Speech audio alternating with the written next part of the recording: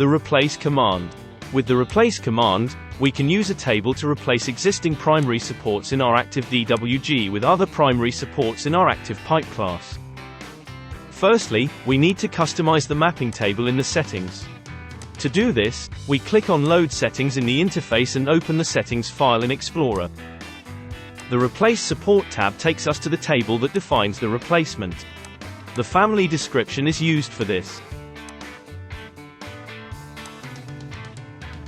In our example, we would like to replace the clips with pipe shoes. To do this, we enter the family description of the existing clips on the left-hand side. On the right-hand side, we enter the family description of the bracket that we would like to use instead.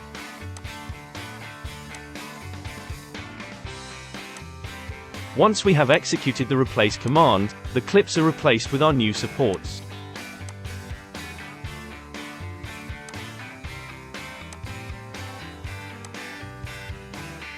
Enjoy the next video.